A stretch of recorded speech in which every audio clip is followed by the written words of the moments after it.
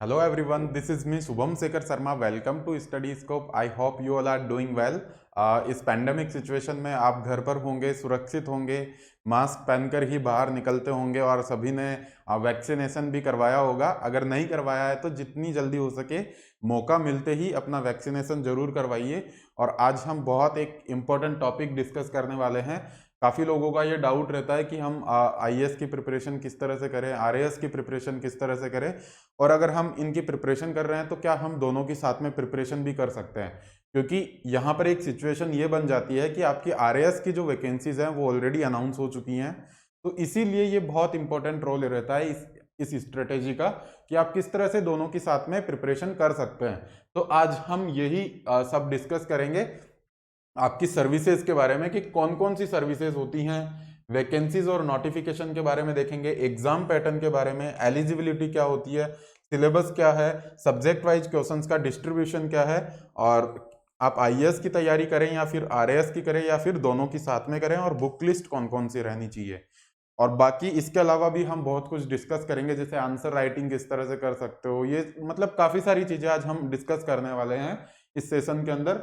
और आपको कोई भी डाउट होता है, कोई भी क्वेरीज होती है, तो आप हमें मुझे इस नंबर पर जो है व्हाट्सअप करके भी पूछ सकते हैं। If you need any type of assistance और guidance you can contact me at this number. Next, अगर आपने अभी तक चैनल को सब्सक्राइब नहीं किया है तो सब्सक्राइब कर लीजिए and hit the bell icon for further notifications. और देखो, अगर मुझे अच्छा रेस्पॉन्स मिला तो मैं जो है आरएएस का और आईएएस का, आरएएस का स्पेशली जो है पूरा कंप्लीट बैच शुरू कर दूंगा। और अब हम डिस्कस करते हैं सर्विसेज के बारे में, कौन कौन सी सर्विसेज होती हैं और सिविल सर्विसेज होती क्या हैं, इस चीज के बारे में। सिविल सर्विसेज में किस तरह का जो व्यक्ति है वो अपनी प्रतिभा का जो है वहां पर काम कर सकता है। तो सिविल सर्विसेज के अंदर एक सामान्य बुद्धि का व्यक्ति जो जिसका कॉमन सेंस ठीक होता है और डिसीजन मेकिंग पावर अच्छी होती है, तो वो सिविल सर्विसेज में जाने लायक होता है, ये मान के चलते हैं। और सिविल सर्विसेज जो होती हैं आपकी तीन प्रकार की होती हैं, all India services, central services और स्टेट सर्विसेज। तीन तरह की सर्विसेज आपकी होती हैं। और ऑल इंडिया सर्विसेज में आपकी सिर्फ दो ही सर्विस आती हैं, दो ही पोस्ट आती हैं, जो कि कौन कौन सी होती हैं, आईएएस की और आईपीएस की। आईएएस और आईपीएस आपकी दो ही ऐसी सर्विस हैं जो ऑल इंडिया सर्विस के अंदर आती हैं, इंडियन एडमिनिस्ट्रेटिव सर्विस और इंडियन पुलिस सर्विस।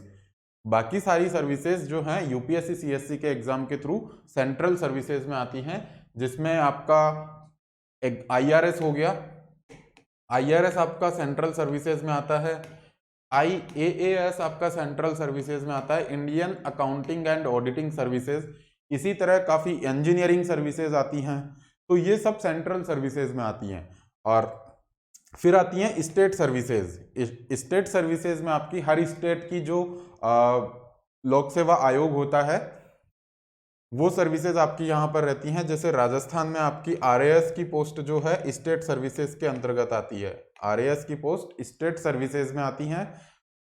और स्टेट सर्विसेज कहाँ से निकली थी, 7th शेड्यूल से। 7th शेड्यूल में आपका स्टेट सर्विसेज के बारे में मेंशन किया गया है कि स्टेट सर्विसेज 7th शेड्यूल में आपको दी गई है, आप देख सकते हैं। और नेक्स्ट अगर हम बात करें कि आईएएस किस तरह से आप बनते हो। आईएएस बनने के देखो दो तरीके होते हैं, या तो आप यूपीएससी सिविल सर्विसेज का जो एग्जाम होता है आप उसमें रिक्रूट होके आप आईएएस बन रहे हैं, जो कि यूपीएससी के एग्जाम से 2/3 कैंडिडेट जो हैं आईएएस बनते हैं। मतलब कि इंडिया में जितनी आईएएस के लिए वैकेंसीज हैं उनमें 2/3 कैंडिडेट जो होते हैं वो डायरेक्ट यूपीएससी के एग्जाम से रिक्रूट होके आते हैं। और जो इंडिया में जितनी भी वैकेंसीज होती हैं आईएएस की, उनमें 1/3 जो है प्रमोट होके आते हैं सभी स्टेट से, सभी स्टेट से 1/3 जो होते हैं प्रोमोटेड होते हैं स्टेट से। और यहाँ पे बात करते हैं आरएएस की। आरएएस की अगर हम बात करें तो आरएएस जो है डिप्टी कलेक्टर से अपनी पोस्ट को स्टार्ट करता है। जब उसका चयन होता है तो वो डिप्टी कलेक्टर के रूप में अपना कार्यभार ग्रहण करता है, और उसके कुछ टाइम की सर्विस के बाद में उसको एडिशनल कलेक्टर बना दिया जाता है। एडिशनल कलेक्टर के लिए उसका प्रमोशन हो जाता है। और करीबन जो है 18 से 20 साल की सर्विस के बाद, 18 से 20 साल की सर्विस के बाद अगर उसकी सर्विस अच्छी है तो उसको आईएएस के अंदर प्रमोट कर दिया जाता है, आईएएस में वो प्रमोट हो जाएगा। नेक्स्ट हम बात करते हैं आईपीएस और आरपीएस की। आईपीएस और आरपीएस में क्या फर्क होता है, दोनों के अंदर हम बात करेंगे। देखो, आईपीएस जो होता है वो अपनी जो स्टार्ट करता है, अपना अपना जो रैंक स्टार्ट करता है वो एएसपी से करता है, एडिशनल सुपरिटेंडेंट ऑफ पुलिस। यहां से वो अपना सर्विस स्टार्ट करता है। जब भी आप अगर यूपीएससी के एग्जाम से, यूपीएससी के सिविल सर्विसेज के एग्जाम से अगर आईपीएस बनते हो तो डायरेक्ट आप जो है एएसपी बनेंगे, और अगर आरपीएस बनते हो तो आप डीएसपी से स्टार्ट करेंगे, जो कि एक रैंक पीछे होता है आईपीएस से, एक रैंक पीछे आईपीएस से रहता है। और उसके बाद अगर आप आईपीएस हैं तो एएसपी के बाद आप एसपी बनेंगे। एसपी कौन होता है, एसपी एक छोटे जिले का मालिक होता है, एक छोटे जिले का मालिक एसपी होता है। और उसके बाद आप एसएसपी बनेंगे, प्रमोट होके आप एसएसपी बनेंगे, और एसएसपी एक बड़े जिले का मालिक होता है। और उसके बाद आप डीआईजी बनेंगे। डीआईजी कौन होता है, डीआईजी का मतलब होता है कि आसपास के जो 2-3 जिले होते हैं, 2-3 जिले होते हैं, 4-5 जिलों के आसपास, वहां पर जो है आप डीआईजी रैंक पर जाते हैं, मतलब कि 3-4 जिलों के मालिक आप रहते हैं डीआईजी की पोस्ट के अंदर। और उसके बाद आता है आईजी। आईजी में आप मान लीजिए कि एक पूरा संभाग आ गया, एक पूरा संभाग आ गया, तो वहां पर आप आईजी रहते हैं। उसके बाद आपका प्रमोशन एडीजी रहता है, और आप डीजी तक पहुंच सकते हैं। आपकी सीनियोरिटी कितनी है, अगर आपने ज्वाइन काफी कम उम्र में कर लिया है तो आप डेफिनेटली डीजी तक सरवाइव कर सकते हैं, डीजी तक आप पहुंच सकते हैं। और ऐसे ही जो है आरपीएस की कुछ रैंक्स हैं। आरपीएस जो है डीएसपी से स्टार्ट करता है, आईपीएस से एक रैंक पहले स्टार्टिंग होती है उसकी डीएसपी। उसके बाद वो प्रमोट होके एएसपी बनता है, उसके बाद एसपी, एसएसपी, डीआईजी। डीआईजी तक तो वो पहुंचता ही पहुंचता है, डीआईजी तक तो वो पहुंच जाता है।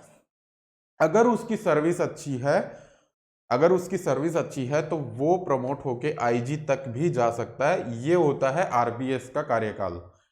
आरपीएस के कार्यकाल में आप आईजी तक मैक्सिमम पहुंच सकते हैं, अदरवाइज आप डीआईजी तक तो पहुंच ही जाते हैं। नेक्स्ट हम डिस्कस करते हैं जो स्टेट सर्विसेज हैं उनके बारे में। देखो, आप जो आरपीएससी का एग्जाम होता है, आरपीएससी का जो एग्जाम होता है उसमें आपकी टोटल जो है 17+13 टोटल जो है 30 पोस्ट होती हैं। 17+13 30 पोस्ट होती हैं। 17 पोस्ट आपकी जो है स्टेट सर्विसेज की होती हैं। स्टेट सर्विसेज में आपका आरएएस रैंक आ गया, राजस्थान प्रशासनिक सेवा, Rajasthan administrative service, Rajasthan police सेवा आरपीएस, यह आपका इसमें आ गया, राजस्थान लेखा सेवा, राजस्थान अकाउंटिंग सर्विस। इस तरह की आपकी जो है स्टेट सर्विसेज हैं 17। और उसके अलावा कुछ होती हैं अलाइड सर्विसेज, कुछ होती हैं अलाइड सर्विसेज। ये करीबन 13 पोस्ट होती हैं, जिसमें आप राजस्थान अधीनस्थ देवस्थान सेवा, राजस्थान अधीनस्थ सहकारी सेवा, राजस्थान तहसीलदार सेवा, काफी इंपॉर्टेंट है ये। आप लोगों को पता होगा गांव में जो है एक गांव लेवल पे एक वो लोग जाते हैं तहसील के अंदर, तो वहां पर एक तहसीलदार होता है, आपने काफी नाम सुना होगा, तो वो एक अलाइड सर्विसेज होती हैं। तो इसी तरह की कुल 13 सर्विसेज हैं जो अलाइड सर्विसेज में आती हैं। नेक्स्ट हम डिस्कस करते हैं वैकेंसीज एंड नोटिफिकेशन के लिए। वैकेंसीज और नोटिफिकेशन का हम डिस्कशन करेंगे। वैकेंसीज देखो ऑलरेडी अनाउंस हो चुकी हैं आपकी, 980 वैकेंसीज का अनाउंसमेंट किया गया है। 980 वैकेंसीज का अनाउंसमेंट आपका किया गया है। 980 वैकेंसीज ऑलरेडी अलॉट हो चुकी हैं 21 के लिए, 2021 के लिए, 2021 के लिए आपका जो है 980 वैकेंसीज की घोषणा कर दी गई है। तो आपको ज़्यादा टाइम खराब करने की ज़रूरत नहीं है। और इसका नोटिफिकेशन भी जो है बहुत जल्दी आने वाला है। अभी जुलाई चल रहा है, आपका नोटिफिकेशन अगस्त तक आ जाएगा मोस्ट प्रोबेबली, क्योंकि आपका ऑलरेडी जो 2018 की वैकेंसीज थी उसका रिजल्ट भी उन्होंने दे दिया है। इंटरव्यू होने के एक दिन बाद ही उन्होंने जो है पूरा रिजल्ट डाल दिया है। तो अभी हाल ही में राजस्थान सरकार पूरे एक्शन में है, तो आपको टाइम खराब करने की बिल्कुल भी जरूरत नहीं है। आप जितना हो सके उतना अभी से ही फोकस करिए, अपने प्रिपरेशन को अभी से ही स्टार्ट करिए, क्लासेस के थ्रू करिए ताकि इजी हो जाएगा। और यहाँ पर हम और डिस्कस करते हैं कि आपकी 980 वैकेंसीज हैं अभी जो अलॉट हुई हैं, और करीबन आपके जो है 5 लाख के आसपास फॉर्म भरे जाते हैं। हम अगर ट्रेंड देखें तो 5 लाख के आसपास 5 से 6 लाख तक आपके फॉर्म भरे जाएंगे, और उसमें करीबन 3.5 लाख के आसपास लोग जो हैं अपीयर होंगे, मतलब 3.5 लाख के आसपास लोग एग्जाम देने जाएंगे, जो आरपीएससी का आरएएस का एग्जाम है वो। और उसमें से भी आपके जो हैं 25,000 ही सीरियस एस्पिरेंट होते हैं, जो ठीक से तैयारी कर रहे होते हैं। जो ठीक से तैयारी कर रहे होते हैं वो 25,000 लोग ही करते हैं, बाकी के सब टाइम पास कर रहे होते हैं। तो आपको जो सीरियस कैंडिडेट हैं उनमें भी टॉप करना है, उनमें भी टॉप आपको करना है। और आप एग्जाम्पल के लिए मान सकते हैं कि टोटल 1000 वैकेंसीज हैं। अगर 1000 वैकेंसीज हैं तो आप जो है प्रीलिम्स अगर दे रहे हैं तो आप 15 गुना मान के चलिए कि 15 गुना लोग मेंस का एग्जाम देंगे, मतलब कि 15,000 लोग मेंस का एग्जाम आप देने वाले हो। 15,000 लोगों का जो है प्रीलिम्स क्लियर होता है, मेंस के लिए वो लिखते हैं, और उनमें से भी आप 2000 के आसपास इंटरव्यू तक पहुंच पाते हो। 2000 के आसपास आप इंटरव्यू तक पहुंच पाते हो। अगर आप सीरियसली तैयारी कर रहे हो तो डेफिनेटली आप सेलेक्ट भी हो जाओगे, और यहां तक आप जरूर पहुंच जाएंगे। आगे हम डिस्कस करते हैं एलिजिबिलिटी। एलिजिबिलिटी क्या होनी चाहिए? सबसे पहले एक तो आपकी ग्रेजुएशन कंप्लीट होनी चाहिए, you must be have any degree, और आपकी एज जो है 21 साल मिनिमम होनी चाहिए, और 40 साल से ज्यादा नहीं होनी चाहिए। 21 साल मिनिमम एज आपकी होनी चाहिए और 40 साल से ज्यादा आपकी एज नहीं होनी चाहिए। यह आपका जो है एज क्राइटेरिया होता है, एज लिमिट होती है। And you must hold a degree, आपके पास एक रिकॉग्नाइज्ड यूनिवर्सिटी से अपनी ग्रेजुएशन की डिग्री होनी चाहिए। उसके अलावा हम बात करेंगे अब एग्जाम पैटर्न के बारे में। एग्जाम पैटर्न क्या होता है इस एग्जाम के लिए, मतलब आरएएस का जो एग्जाम होता है उसका एग्जाम पैटर्न क्या होता है। सिमिलरली यूपीएससी का भी एग्जाम पैटर्न यही होता है, जो यूपीएससी का सिविल सर्विसेज का एग्जाम होता है उसका भी सेम पैटर्न होता है। यहाँ पर आपका प्रीलिम्स होता है सबसे पहले, जो कि ऑब्जेक्टिव टाइप होता है। फिर उसके बाद मेंस होता है जो कि डिस्क्रिप्टिव होता है, आपको रिटर्न मतलब आंसर राइटिंग वहां पर करनी होती है। और उसके बाद होता है इंटरव्यू, उसके बाद इंटरव्यू होता है आपका। तो सबसे पहले हम डिस्कस करते हैं प्रीलिम्स के बारे में। तो देखो प्रीलिम्स में आपका है एक ही पेपर होता है आरएएस के एग्जाम में, आपका आरएएस में एक ही पेपर होता है। और आईएएस का जो एग्जाम होता है उसमें 2 पेपर होते हैं, उसमें 2 पेपर आपके होते हैं प्रीलिम्स में। आईएएस में पहला पेपर होता है जीएस का और दूसरा पेपर होता है सीसेट का। दूसरा पेपर सीसेट का होता है पेपर 1 और पेपर 2, ये आपका आईएएस के एग्जाम में होता है। और यहां पर सिंगल पेपर होता है आरएएस के अंदर, जहां पर आपके 150 क्वेश्चंस होते हैं 200 मार्क्स के। 150 क्वेश्चंस होते हैं 200 मार्क्स के, उनमें से 130 क्वेश्चन जीएस के होते हैं और 20 क्वेश्चन आपके सीसेट के होते हैं। उसके अलावा 1/3 आपकी नेगेटिव मार्किंग रहती है। और यहाँ पर बात करें हम आईएएस के पेपर में, तो यहाँ पर आपके 2 पेपर होते हैं, पहला पेपर जीएस का और दूसरा सीसेट का।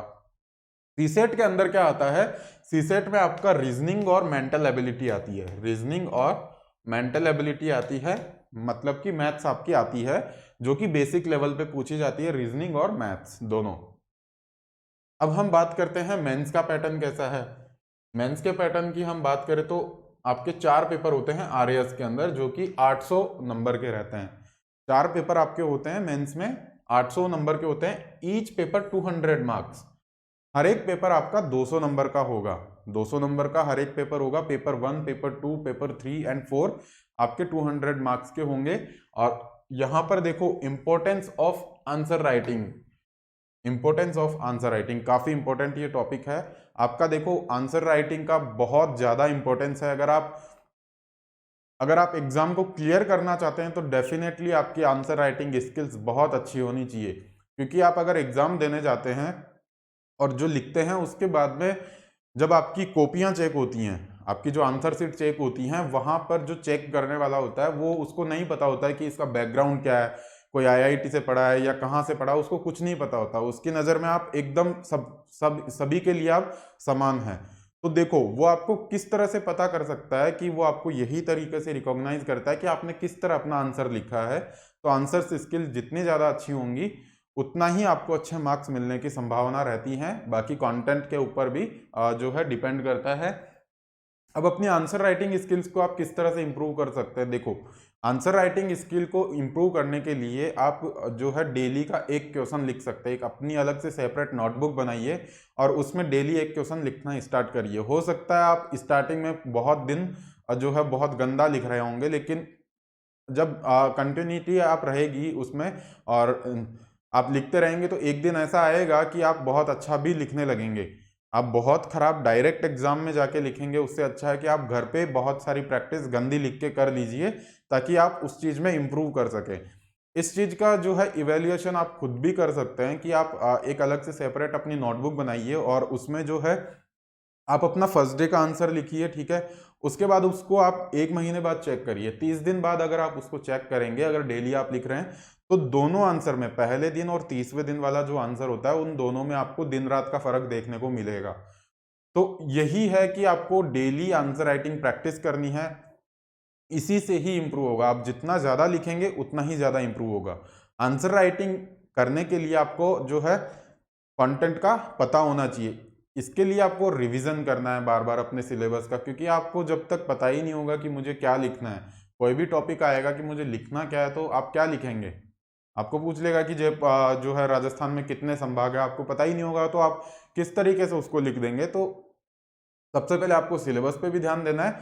जैसे जैसे आप सिलेबस कर रहे हैं वैसे वैसे उनमें से ही कोई भी क्वेश्चन लीजिए और उसकी प्रैक्टिस जरूर करते रहिए। और उसके बाद में ये मैंने बता ही दिया है how to improve answer writing. और जो राजस्थान में मेंस में ट्रेंड रहता है, मेंस में जो आपका आंसर राइटिंग रहता है वो 15 वर्ड, 50 वर्ड और 100 वर्ड्स में रहता है। 15, 50 और 100 शब्दों में आपको आंसर लिखना होता है। अब आप पूछेंगे कि 15 शब्दों में हम अपना आंसर किस तरह से लिख सकते हैं, ये तो बहुत छोटा हो गया। आपसे पूछ सकता है कि राजस्थान में कितने संभाग हैं, आप बता सकते हैं कि राजस्थान में इतने संभाग है, बस दैट्स इट। आपको इतना ही पूछेगा तो इसका आंसर आपका 15 शब्दों में इजीली हो जाएगा। अब आपको पूछ लेगा कि जो जयपुर संभाग है उसमें कौन कौन से जिले आते हैं, उनका नाम बताइए और उनके बारे में कुछ डिटेल्स बताइए। तो आप उसका आंसर 50 शब्दों में इजीली लिख सकते हैं। अब आप 100 शब्दों में उसको लिखना हो, 100 वर्ड्स में, तो उसको किस तरह लिखेंगे, किस तरह आपसे क्वेश्चन पूछ लेगा कि राजस्थान में कौन कौन से कितने संभाग हैं, कौन कौन से संभाग है, उनकी व्याख्या करिए। तो आप उसकी व्याख्या 100 शब्दों में कर सकते हैं। तो इस तरह से आपके क्वेश्चंस पूछे जाते हैं मेंस के एग्जाम में। अब बात करते हैं इंटरव्यू का पैटर्न क्या होता है। इंटरव्यू का पैटर्न क्या रहता है। इंटरव्यू आरएएस में 100 नंबर का होता है। 100 नंबर का आपका इंटरव्यू रहता है जो कि आरपीएससी बोर्ड इंटरव्यू को कंडक्ट करवाता है। अब हम बात करते हैं प्रीलिम्स की। प्रीलिम्स की आपका क्या क्वेश्चंस का डिस्ट्रीब्यूशन रहता है उसकी हम बात करते हैं। तो सबसे पहले हम बात करते हैं कि प्रीलिम्स में जो है आपका 150 क्वेश्चंस रहता था। 150 क्वेश्चंस आपके रहते हैं प्रीलिम्स में। उनमें से 130 क्वेश्चन जीएस के रहते हैं और 20 क्वेश्चन आपके सीसेट के रहते हैं उसी पेपर में। सीसेट मतलब रीजनिंग और मैथ्स। रीजनिंग और मैथ्स आपकी आती है जो कि 10th लेवल तक आती है, काफी इजी होती है, हर कोई उसको कर सकता है। उसके बाद अब बात करते हैं हम जीएस पेपर की। तो जीएस पेपर में जो 130 क्वेश्चंस हैं उनमें से आपके राजस्थान से 50 से 60 क्वेश्चन आपको देखने को मिलेंगे और ओवरऑल आपको 70 से 80 क्वेश्चंस आपको देखने को मिलते हैं। ये एक पिछले कुछ सालों का एवरेज ट्रेंड है। और ओवरऑल की बात करें तो ओवरऑल में कौन कौन से सब्जेक्ट हैं। अब राजस्थान से तो जो राजस्थान से संबंधित जो भी सिलेबस है, चाहे राजस्थान की ज्योग्राफी हो, इकोनॉमी हो, आर्ट एंड कल्चर हो, हिस्ट्री हो, तो ये सब चीजें राजस्थान के इस वाले पोर्शन में आ जाएगी, इस वाले सेक्शन में आ जाएगी। और ओवरऑल में क्या आएगा आपका Indian culture, Indian history, Indian polity, Indian economy, तो ये सब आपका जो है ओवरऑल में आएगा। Science and technology, current affairs, ये सब ओवरऑल में आपका रहेगा। और यहाँ से हम क्वेश्चंस डिस्ट्रीब्यूशन की बात करते हैं कि जो पिछला एवरेज ट्रेंड है प्रीलिम्स में पूछे जाने का वो क्या रहता है, तो देखो हिस्ट्री और कल्चर के अंदर जो है, हिस्ट्री और कल्चर में 15 क्वेश्चन आपके राजस्थान से रहते हैं। काफी इंपॉर्टेंट ये सेक्शन है, हिस्ट्री और कल्चर राजस्थान का और इंडिया का भी। इसमें ओवरऑल जो है आपके 10 क्वेश्चन रहते हैं, यहां से 25 क्वेश्चन आपके आ रहे हैं हिस्ट्री और कल्चर से। सेम आपका जो ज्योग्राफी है उसमें भी 15 क्वेश्चन आपके राजस्थान से रहेंगे, 10 क्वेश्चन आपके ओवरऑल रहेंगे। इकोनॉमी है, इकोनॉमी में 10 क्वेश्चन आपके राजस्थान से हैं और ओवरऑल 10 क्वेश्चन आपके इकोनॉमी के हैं। ओवरऑल 10 क्वेश्चन ही आपके यहां पर रहेंगे इकोनॉमी के, और राजस्थान में भी इकोनॉमी के 10 क्वेश्चन ही रहते हैं। पॉलिटी के लिए, पॉलिटी में 10 क्वेश्चन जो है आपके राजस्थान से और 15 क्वेश्चन आपके इंडिया से रहते हैं, मतलब ओवरऑल रहते हैं। साइंस एंड टेक्नोलॉजी में आपके 1 क्वेश्चन आपका सिर्फ राजस्थान से रहता है, बाकी के 17 क्वेश्चन के आसपास आपका जो है ओवरऑल से रहता है। अब एक ही क्वेश्चन क्यों पूछा जाता है, जनरली आप देखते हैं कि किसी भी स्टेट का साइंस एंड टेक्नोलॉजी पे ज्यादा क्वेश्चन नहीं पूछे जाते हैं, ओवरऑल बेसिस पे उसको पूछा जाता है कि आपका जो है साइंस एंड टेक्नोलॉजी में अपना नेशनल लेवल पे उसका क्या फायदा है, उसको किस तरह इंप्लीमेंट कर सकते हैं, तो ये सब चीजें यहाँ पर रहती हैं। Current affair again very important, आपको करंट अफेयर में राजस्थान से 4 क्वेश्चन देखने को मिलेंगे और ओवरऑल 13 क्वेश्चन। करंट अफेयर बहुत इंपॉर्टेंट है, करंट अफेयर के लिए आप न्यूज़पेपर और राज्यसभा टीवी, पीआईबी या फिर कोई एक मैगजीन, ये सब आप फॉलो कर सकते हैं। योजना आपको फॉलो करनी है इकोनॉमी के लिए और जो गवर्नमेंट स्कीम्स होती हैं उनके लिए। तो यहाँ पर क्या ट्रेंड रहा, 55 क्वेश्चन के आसपास आपके राजस्थान से आ रहे हैं और 75 क्वेश्चन के आसपास आपके ओवरऑल आ रहे हैं। 75 क्वेश्चन ओवरऑल, 55 क्वेश्चन के आसपास आपके राजस्थान से पूछे जा रहे हैं। अब बात करते हैं मेंस की। मेंस में आपके 4 पेपर होते हैं, मेंस में आपके 4 पेपर होते हैं। हर एक पेपर आपका 200 नंबर का होता है, हर एक पेपर आपका 200 नंबर का होता है और हर एक पेपर के अंदर आपकी 3 यूनिट रहती हैं। हर एक पेपर में आपकी 3 यूनिट यहाँ पर रहती हैं। अब हम मेंस का सिलेबस देखते हैं। पेपर 1 का, पेपर 1 का अगर हम सिलेबस देखें, पेपर 1 का सिलेबस देखें तो पेपर 1 में आती है यूनिट 1, उसमें हिस्ट्री एंड कल्चर, वो 75 मार्क्स का है और आपका प्रीलिम्स और मेंस दोनों में रहता है। प्रीलिम्स और मेंस दोनों में रहेगा, हिस्ट्री एंड कल्चर 75 मार्क्स का ये रहेगा, जो कि पेपर 1 की यूनिट 1 है। और यूनिट 2 है, यूनिट 2 में आपका इकोनॉमी आता है जो कि 65 नंबर का है और ये भी प्रीलिम्स प्लस मेंस दोनों में पूछा जाएगा। उसके बाद है यूनिट 3, ये 60 नंबर की रहती है और इसमें आपका आता है accounting and auditing, management, sociology. ये आपके जो है 20-20 नंबर के रहते हैं सारे, टोटल 60 नंबर के, और ये सिर्फ मेंस में पूछा जाएगा आपको, ये सिर्फ आपको मेंस में पूछा जाएगा यूनिट 3।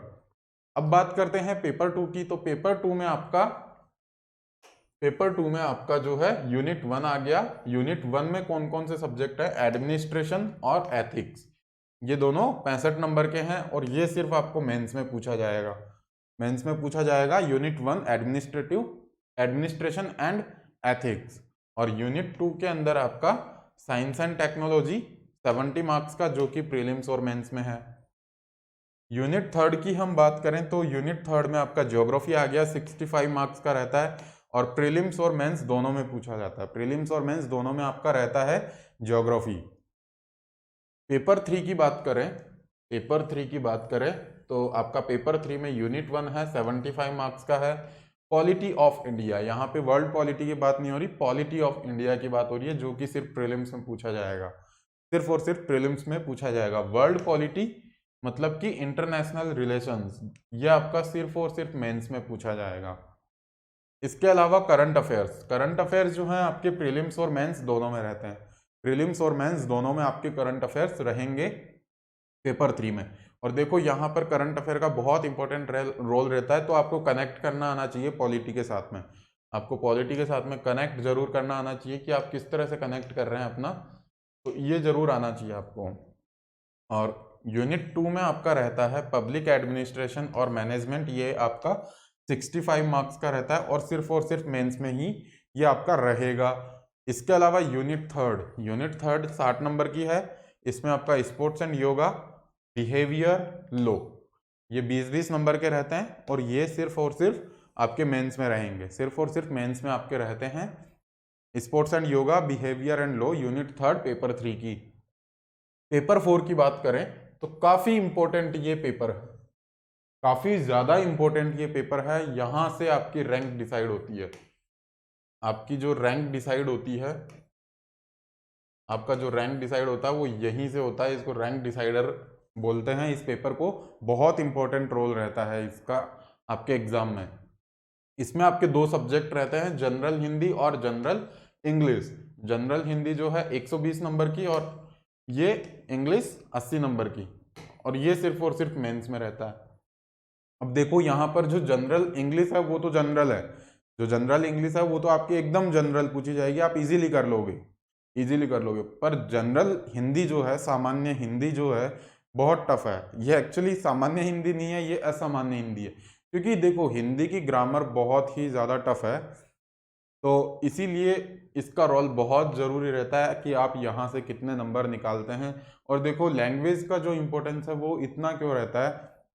लैंग्वेज देखो, जब तक आपको लैंग्वेज के बारे में पता नहीं होगा, हिंदी चाहे हो या फिर इंग्लिश हो, अगर आपको पता नहीं होगा, देखो हिंदी मीडियम वाले बोलते हैं कि सर जो है हम तो राजस्थान से हैं जो कि एक हिंदी भाषी राज्य है, तो हम लोग क्यों इंग्लिश का पेपर रखें, क्यों इंग्लिश का पेपर यहाँ पर रहता है। तो देखो हो सकता है आपके राज्य के अंदर जो है कहीं बाहर से फॉरेन से कोई डेलीगेशन आ रहा है, कोई डेलीगेट आ रहे हैं, तो उनसे आपको संवाद करने की जरूरत पड़ जाए, तो उतनी इंग्लिश आनी चाहिए आपको कि आप उनसे man to man contact easily कर सकते हैं। अगर वो कुछ कहना चाह रहा है तो वो आप समझ सकते हैं, और आप कुछ बोलना चाहते हैं तो वो भी समझ जाए। तो इतनी अंडरस्टैंडिंग आपकी इंग्लिश के साथ में होनी चाहिए। और हिंदी जो है इसलिए ज़रूरी होता है कि आपका जो जॉब रहता है, आपका जो पोस्टिंग होती है वो कहीं पर भी हो, आपको जो है सिर्फ एक एसडीएम का पोस्ट ऐसा रहता है कि जिसको फील्ड में बहुत काम करना पड़ता है, पर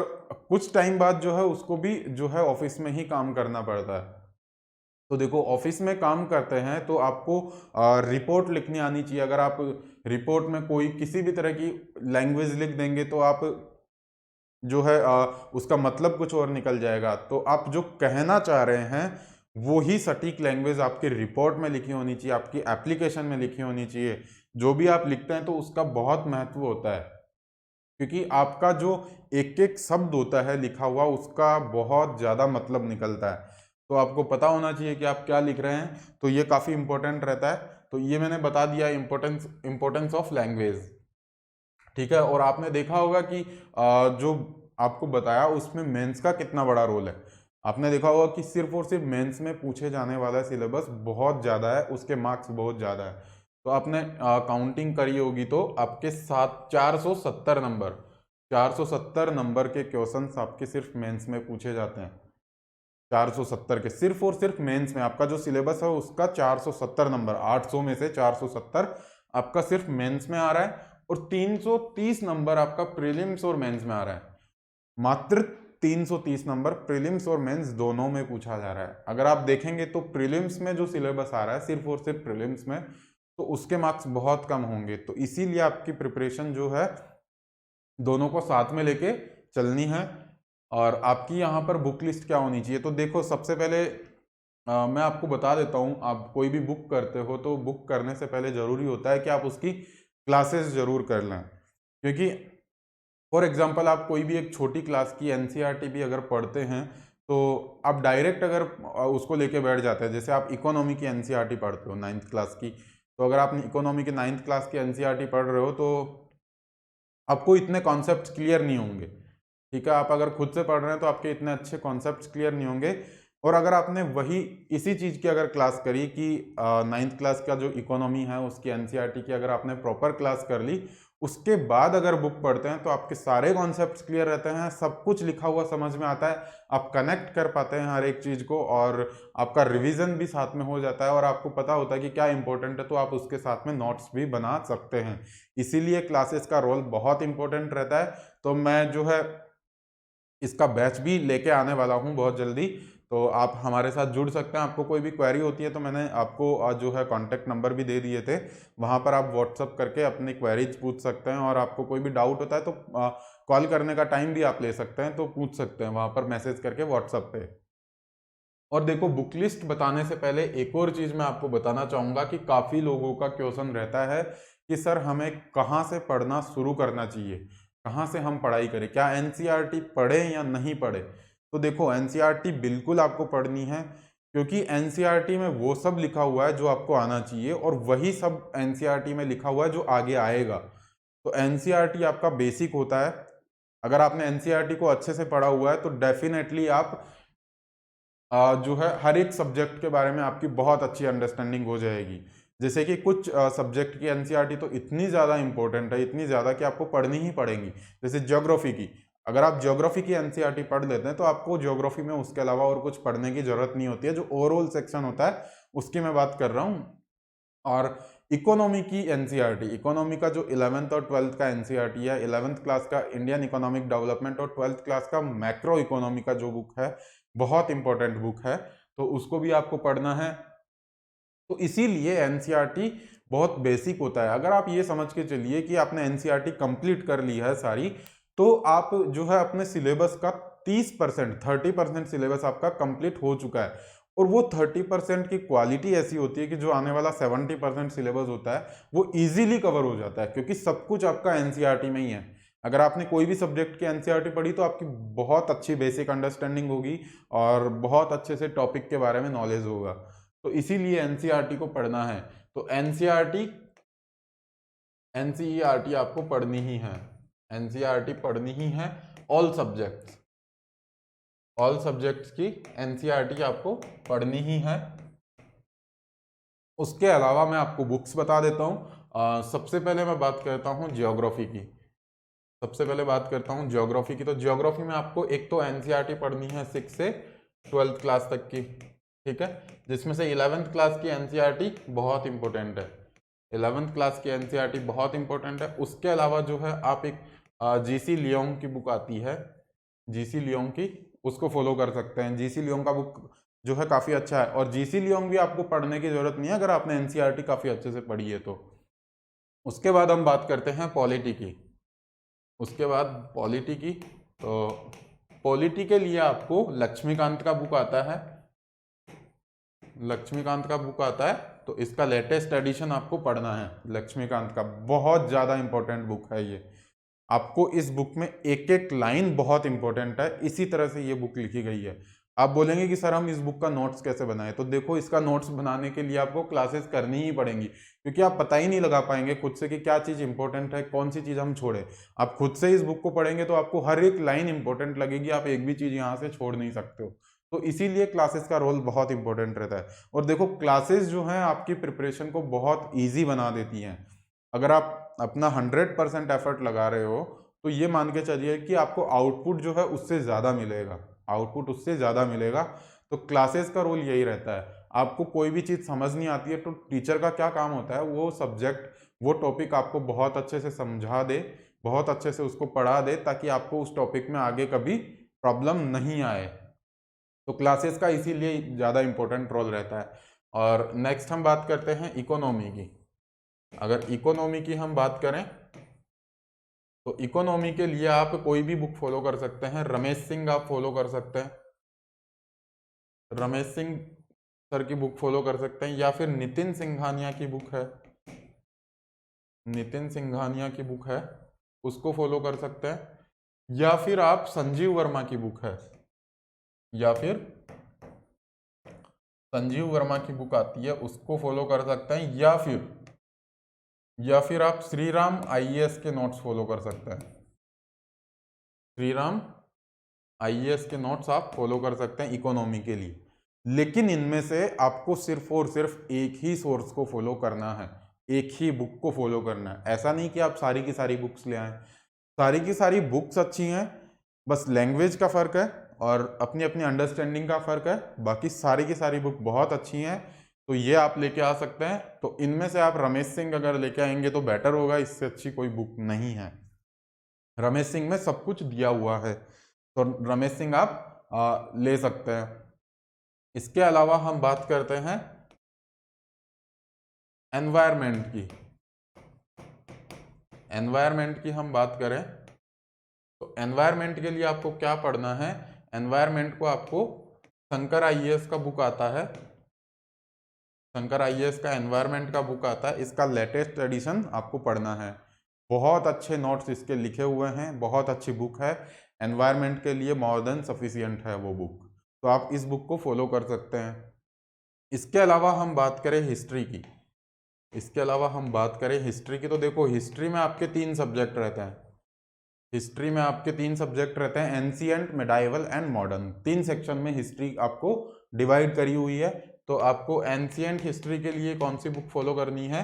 एंशिएंट हिस्ट्री के लिए आर.एस. शर्मा, आर.एस. शर्मा आपको एंशिएंट हिस्ट्री के लिए करनी है। और मिडाइवल हिस्ट्री के लिए आपको करनी है, मिडाइवल हिस्ट्री के लिए, मिडाइवल हिस्ट्री के लिए आपको करनी है सतीश चंद्र, सतीश चंद्र, ये बुक आपको मिडाइवल के लिए फॉलो करनी है।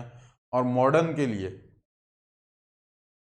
मॉडर्न हिस्ट्री के लिए आपको, मॉडर्न हिस्ट्री के लिए स्पेक्ट्रम का बुक आता है, स्पेक्ट्रम का बुक है वो फॉलो करना है, स्पेक्ट्रम का बुक। और इसके बाद में हम बात करते हैं आर्ट एंड कल्चर की। आर्ट एंड कल्चर से बहुत अच्छे क्वेश्चंस आते हैं, बहुत इंपॉर्टेंट सब्जेक्ट है, हिस्ट्री का बहुत अच्छा सब्जेक्ट है। तो आर्ट एंड कल्चर को हम या तो हिस्ट्री में भी ले सकते हैं, हिस्ट्री का ही ये पार्ट है। तो आर्ट एंड कल्चर के लिए, आर्ट एंड कल्चर के लिए आपको कौन सी बुक फॉलो करनी है, तो उसके लिए आपको नितिन सिंघानिया की बुक फॉलो करनी है, नितिन सिंघानिया की बुक आपको फॉलो करनी है आर्ट एंड कल्चर के लिए। तो ये सारी बुक्स हैं आपकी, जो है ओवरऑल सेक्शन था उसके लिए, ओवरऑल सेक्शन था उसके लिए है। और ओवरऑल सेक्शन में क्या छूट गया, आपका ज्योग्राफी हो गया, पॉलिटी हो गया, इकोनॉमी हो गया, एनवायरनमेंट, हिस्ट्री, ये सब आपका हो गया। आपका बचा एक तो साइंस, एक बचा आपका science and technology, science, science and technology आपका बचा। तो इसके लिए आपको मैग्रो हिल की जो है अग्रहरी की बुक आती है, उसको आपको फॉलो करना है। अग्रहरी की बुक आप फॉलो कर सकते हैं, मैग्रो हिल की आती है, उसको आप फॉलो कर दीजिए, वो मोर देन सफिशियंट है। अदरवाइज आपको लगता है कि मुझे और भी ज़्यादा पढ़ने की जरूरत, तो आप ल्यूसेंट का बुक आता है जो सामान्य विज्ञान का, जनरल साइंस का, उसको आप फॉलो कर सकते हैं, वो आपका मोर देन एनफ है। इसके अलावा सबसे इंपॉर्टेंट एक और चीज, आपके करंट अफेयर्स, करंट अफेयर्स आपके बहुत इंपॉर्टेंट हैं। करंट अफेयर्स के लिए आपको क्या पढ़ना है, करंट अफेयर्स के लिए आपको क्या पढ़ना है, करंट अफेयर्स के लिए आपको डेली न्यूज़पेपर जरूर पढ़ना है। चाहे आप कोई भी न्यूज़पेपर पढ़िए, चाहे इंडियन एक्सप्रेस पढ़िए, चाहे द हिंदू पढ़िए, या फिर आप दैनिक जागरण पढ़िए, हिंदी मीडियम से हैं तो राजस्थान पत्रिका और दैनिक भास्कर भी आप पढ़ सकते हैं। तो सबसे पहली चीज है न्यूज़पेपर आपको फॉलो करना है, न्यूज़पेपर आपको पढ़ना है। उसके अलावा आपको एक कोई भी मैगजीन पढ़नी है, उसके अलावा कोई भी आपको एक मैगजीन जरूर पढ़नी है, चाहे कोई भी मैगजीन हो, चाहे मूमल हो, चाहे क्रोनोलॉजी हो, चाहे दृष्टि का हो, या फिर विजन का हो, कोई भी एक मैगजीन पढ़ना है, चाहे प्रतियोगिता दर्पण हो, तो एक मैगजीन जरूर आप पढ़िए, क्योंकि वहां पर आपका पूरा मंथली कवरेज भी हो जाता है। और उसके अलावा एक योजना मैगजीन भी पढ़नी है, योजना मैगजीन भी पढ़नी है आपको, वहां से आपको जितनी भी गवर्नमेंट स्कीम्स होती है उनका सभी का पता रहता है। इकोनॉमी के लिए भी काफी इंपॉर्टेंट है, इकोनॉमिक डेवलपमेंट के लिए काफी इंपॉर्टेंट है योजना मैगजीन। उसके अलावा आपको कुछ वेबसाइट्स है वो फॉलो करनी है। पीआईबी का वेबसाइट आपको फॉलो करना है, पीआईबी का वेबसाइट आपको डेली बेसिस पे फॉलो करना है। थोड़ी बहुत न्यूज़ रहती हैं, आप उनको देख सकते हैं, उनके नोट्स आप बना सकते हैं। इसके अलावा आपको राज्यसभा टीवी फॉलो करना है, राज्यसभा टीवी आपको फॉलो करना है। तो राज्यसभा टीवी पे आपके 2 प्रोग्राम आते हैं, एक तो बिग पिक्चर आता है डेली, उसको फॉलो करना है, बिग पिक्चर को आपको डेली फॉलो करना है। जो आपका जो मोस्ट इंपॉर्टेंट एडिटोरियल होता है उसको वहां पर डिस्कस कर लिया जाता है। और उसके अलावा आपको एक साइंस एंड टेक्नोलॉजी के लिए, साइंस एंड टेक्नोलॉजी के लिए आपका वीकली जो है राज्यसभा टीवी पर एक एपिसोड आता है, शायद साइंस रिपोर्टर के नाम से आता है, आप चेक कर लीजिएगा। साइंस रिपोर्टर के नाम से वीकली एक एपिसोड आता है, उसको जरूर करना है। वहां पे आपका जो वीकली साइंस एंड टेक्नोलॉजी का जो करंट अफेयर होता है उसको वहां पर डिस्कस कर लिया जाता है, और ये सब आपको करंट अफेयर के लिए फॉलो करना होता है। बाकी आप क्लासेस कर सकते हैं। आपकी यहाँ पर देखिए सभी सब्जेक्ट की आपकी क्लासेस होंगी डे वाइज। आपका करंट अफेयर डेली बेसिस पे रहेगा। करंट अफेयर आपका क्लासेस में डेली बेसिस पे रहेगा। बाकी ज्योग्राफी भी आपकी रहेगी। ये सारी क्लासेस आपकी रहेंगी। आपको कहीं पर भी कुछ भी जरूरत नहीं है। आपको बस कुछ बुक्स खरीदने की जरूरत है। उसके अलावा जो है आपको क्लासेस यहाँ पर अवेलेबल हो जाएगी। आपको कहीं पर भी जाने की जरूरत नहीं है। आपका फ्री में जो है प्रिपरेशन होगा। साथ में आपको पर्सनल गाइडेंस भी मिलेगा। फ्री के अंदर पर्सनल गाइडेंस आपको रहेगा। आपको कोई भी प्रॉब्लम होती है तो आप वो शेयर कर सकते हैं। आपको उसके लिए गाइड किया जाएगा, और किसी भी तरह का आपको कंटेंट चाहिए होता है वो भी आपको प्रोवाइड करवाया जाएगा। किसी भी तरह का कंटेंट आपको प्रोवाइड जरूर करवाया जाएगा। तो आपको कोई भी डाउट होता है तो जरूर आप कांटेक्ट करिए, और आपको ये सारी क्लासेस आपकी अवेलेबल रहेंगी। अब हम बात करते हैं, ये सब थी ओवरऑल सेक्शन के लिए। ओवरऑल सेक्शन के लिए थी, जो कि आपको हिंदी और इंग्लिश दोनों लैंग्वेज में ये बुक्स अवेलेबल होती हैं। परंतु क्या होता है कि राजस्थान की जो बुक्स होती हैं, आपको राजस्थान का एक अच्छा कंटेंट है वो इंग्लिश में मिलना थोड़ा मुश्किल होता है। इसीलिए मैं अब जो आगे बात करूंगा, जो बची हुई बुक्स हैं उनकी हिंदी में वो बुक्स मिलेंगी आपको, तो वो आपको लेनी है। क्योंकि देखो राजस्थान की आपको कुछ बुक्स जो हैं मिल जाएंगी इंग्लिश में। जैसे ज्योग्राफी का बुक है, राजस्थान ज्योग्राफी का, तो डॉक्टर LR भल्ला का बुक आता है, वो काफ़ी अच्छा बुक है। तो इस तरह की कुछ लोकल बुक्स आपको मिल जाएंगी। परंतु जो है एक अच्छा कंटेंट आपको राजस्थान के लिए हिंदी में ही मिलेगा। ये चीज़ आपको ध्यान रखनी है। तो उस सब के लिए जो है एक बुक लिस्ट और बना लेते हैं। तो देखो सबसे इम्पोर्टेंट तो जो है आपको लक्ष्य की बुक फॉलो करनी है। लक्ष्य की बुक्स आपको फॉलो करनी है।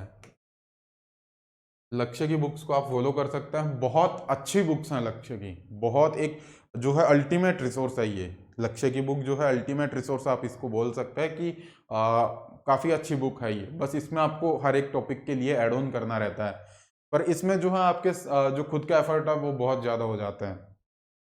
इसके बाद में अगर आपको कोई बुक्स फॉलो करनी है जो काफ़ी अच्छी हैं, तो वो ये हैं दृष्टि की। दृष्टि की आप बुक्स को फॉलो कर सकते हैं। जो दृष्टि RAS के नाम से आपकी 8 बुक्स आएंगी।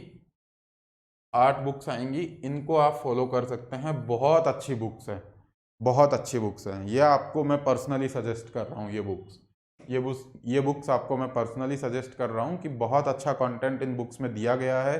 तो इन बुक्स को आप फॉलो कर सकते हैं। तो ये सब था हमारा जो है बुक लिस्ट। अब बात आती है कि हम सिर्फ IAS का प्रिपरेशन करें या फिर RAS का करें, या फिर हम दोनों का साथ में भी हमारा प्रिपरेशन कर सकते हैं। तो देखो, अगर आप IAS का प्रिपरेशन कर रहे हो और आप राजस्थान से हो, तो डेफिनेटली आप दोनों का प्रिपरेशन अपना करिए। क्योंकि देखो जो आपको IAS में पढ़ना है वो सिलेबस आपका RAS में भी है ऑलरेडी। ठीक है, जो RAS में आपको एग्जाम दोगे वो IAS में आप पढ़ ही रहे हो। तो आप अपना IAS का प्रिपरेशन कंटिन्यू करिए। ठीक है, और कुछ टाइम आपको RAS के लिए जरूर निकालना है। जैसे कि आप अपना आधा आधा जो है डिवाइड कर सकते हैं कि मुझे IAS का सिलेबस भी पढ़ना है, जो कि मेरा जो है RAS में भी पूछा जा रहा है। उसके लिए जो स्पेसिफिक राजस्थान है वो मुझे कुछ टाइम के लिए वो भी करना है। तो आप दोनों के लिए अपना टाइम डिवाइड कर सकते हो। ठीक है, तो उसके लिए आपको दोनों, क्योंकि देखो यहाँ पे इंपॉर्टेंट रोल इसलिए रहता है कि अगर आप IAS की तैयारी कर रहे हो और साथ में अगर RAS का एग्जाम भी देना चाहते हो, तो देखो सबसे अच्छी बात यह है कि अभी आपकी वैकेंसीज अलॉट हो चुकी हैं। आपकी जो है 980 वैकेंसीज आपकी ऑलरेडी अलॉट हो चुकी हैं। ये आपकी सबसे अच्छी बात है। तो इसलिए इस अपॉर्चुनिटी को आपको जाने नहीं देना है। क्योंकि देखो एक तो राजस्थान में वैकेंसीज टाइम से नहीं आती है। आपका ऑलमोस्ट ये मान के चलिए, अगर एवरेज निकालोगे तो हर 3 साल बाद एक बार एग्जाम होता है। हर 3 साल में आपको एक ही बार जो है एग्जाम देने को मिलता है। तो काफ़ी इंपॉर्टेंट इस बार समय है, तो इसको गंवाना नहीं है। अब देखो कुछ जो है इम्पोर्टेंट ज़रूरी बातें हैं वो मैं आपको बताना चाहता हूँ कि आप किस तरह अपनी प्रिपरेशन को करें। तो देखो सबसे पहली चीज़ तो आपको जितने टाइम आप प्रिपरेशन करोगे, जब तक एग्ज़ाम होगा तब तक आपको थोड़ा सा नींद के साथ कॉम्प्रोमाइज़ करना पड़ेगा, क्योंकि अब आपको ऐसा नहीं कि जो है मैं पढ़ लूँगा या मैं पढ़ रहा हूँ जितना पढ़ पा रहा हूँ, ऐसा नहीं चलेगा। आपको पूरा डेडिकेशन के साथ में अपना प्रिपरेशन को करना पड़ेगा। एक बहुत अच्छा कोटेशन है, बहुत अच्छा कोट है, आपने अगर मिल्खा सिंह मूवी देखी होगी तो उसमें लिखा हुआ है, विल पावर, डेडिकेशन और हार्ड वर्क, अगर ये सब आपके अंदर हैं तो आप मतलब जो है आपको आसमान भी छोटा दिखाई देता है। मतलब आपके लिए कोई लिमिट नहीं होती है अगर आपके अंदर ये चीज़ है। तो आपको पूरा डिटर्मिनेशन के साथ अपनी प्रिपरेशन को करना है। अगर आपके अंदर डिटर्मिनेशन होगा तो डेफिनेटली आपको वो डिटर्मिनेशन हार्ड वर्क करने को मजबूर करेगा। अगर आप हार्ड वर्क करेंगे तो डेफिनेटली आप पढ़ाई पे ही करेंगे वो हार्ड वर्क अपना, और अगर आप पढ़ाई पे करेंगे अपना हार्ड वर्क तो डेफिनेटली आपके लिए रिजल्ट भी बहुत अच्छा होगा। देखो, कोई शॉर्टकट नहीं होता है किसी भी एग्जाम को क्रैक करने का, आपको हार्ड वर्क करना ही पड़ेगा। अल्टीमेटली आपको हार्ड वर्क करना पड़ेगा और उसी से ही आपका सिलेक्शन होगा। ये चीज़ आप मान के चलिए, क्योंकि हार्ड वर्क बहुत ज़रूरी है। और आपको जो है एक सही स्ट्रेटेजी के साथ स्मार्ट वर्क करना है, सही स्ट्रेटेजी के साथ स्मार्ट वर्क करना है। बाकी आपको कोई भी प्रॉब्लम रहती है किसी भी तरह की अगर कोई प्रॉब्लम रहती है तो आप बता सकते हैं कि हाँ इस सब्जेक्ट में आपको ये प्रॉब्लम आ रही है, किसी भी तरह का कोई भी इशू रहता है तो वो आप डिस्कस कर सकते हैं। व्हाट्सएप पे आप मुझे जो है मैसेज कर सकते हैं, इस नंबर पे व्हाट्सएप पे आप मुझे इस नंबर पे मैसेज कर सकते हैं। और अगर आपको लगे कि हाँ मुझे कॉल पे बात करनी है तो डेफिनेटली आप मुझे जो है यहाँ पर मैसेज करके और टाइम ले सकते हैं कि मुझे बात करनी है, तो आपको टाइम मिल जाएगा कॉल पे बात करने का भी। और आपको ये ध्यान रखना, आपको फ्री कंटेंट प्रोवाइड करवाया जाएगा, फ्री कंटेंट, ये आपको ध्यान रखना। अगर आप सीरियसली प्रिपरेशन कर रहे हैं तो आपको सभी सब्जेक्ट का कंटेंट जरूर मिलेगा, तो ये ध्यान रखना है। तो ये था आज का सेशन हमारा। अगर आपको फिर भी कोई डाउट रहेगा किसी भी तरह का, जो भी रेस्पॉन्स आएगा तो उसके बाद बाकी कुछ और स्ट्रेटेजी के वीडियो बना दिए जाएंगे कि किस तरह आपको फॉलो करना है। बाकी आपका जो है पूरा कंप्लीट कोर्स स्टार्ट होने वाला है, बहुत जल्दी कंप्लीट कोर्स स्टार्ट हो जाएगा और पूरा एकदम बेसिक लेवल से रहेगा, पूरा बेसिक लेवल से। आपका सारे सब्जेक्ट की एनसीईआरटी रहेगी, हर एक सब्जेक्ट का बेसिक रहेगा, एनसीईआरटी के साथ स्टार्ट होगा और एंड तक जाएगा। मतलब उस सब्जेक्ट के लिए आपको फिर उसके बाद में कुछ भी करने की ज़रूरत नहीं है, इस लेवल तक आपका कोर्स करवा दिया जाएगा।